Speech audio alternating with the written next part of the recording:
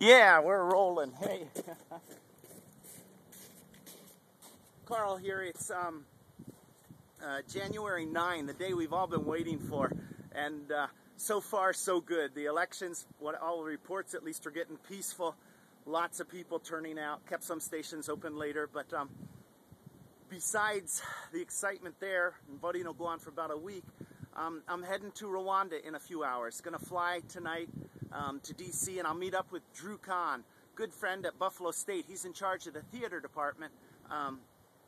Drew's he's really passionate about using theater, television, film to build community and to address social injustices. And so we're going on a friend-raising mission where we'll be meeting up with people and connecting universities in Rwanda, hopefully, with Buffalo State.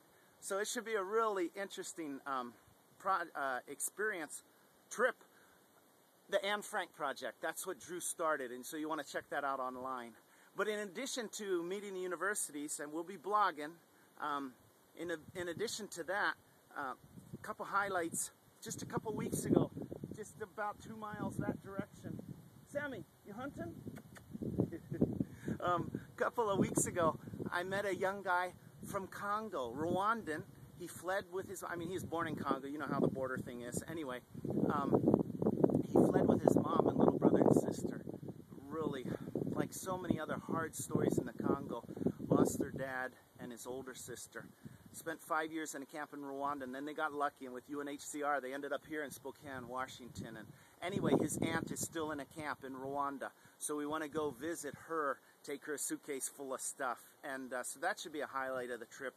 You know, it's just not safe for them to go home to Congo. It's a terrible position to be in, and we'll learn more about that as the week goes on. Then we're going to nip into the Congo, DCR, visit Panzi Hospital, where they're really doing their best to help so many of the women of the Congo who have been raped, horrific torture, you can't begin to describe it, and they've come to this hospital for repair, some of them obstetric fistula, I think is the actual term.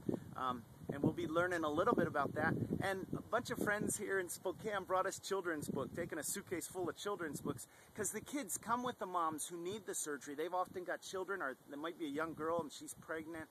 Anyway, they don't have schooling, I understand, right now, and so we're going to take a bunch of books. You see, they might be at the hospital sometimes for a month, sometimes for 4 months, sometimes for more than a year, because the first surgery might not take, and it's not an easy one to just rebook the next week. And anyway, so it should be interesting little visit into the Congo, and then just all kinds of good stuff in Rwanda. We'll see old friends, and we'll be traveling around. So do check out, follow on the blog site, let your friends know.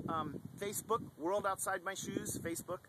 And if your local news, NPR or something, is interested, call them. I'll be doing some radio interviews while I'm in Rwanda. I've got my cell phone over, a Rwandan cell phone while I'm there. So we hope to stay in touch, and we want to do what we can to raise awareness, not only for Rwanda and Congo, keeping in touch for what's going on in South Sudan. So thanks. Looking forward to hearing from you. And yeah, you know, the snow is nice, but the sun is going to be really nice in Rwanda.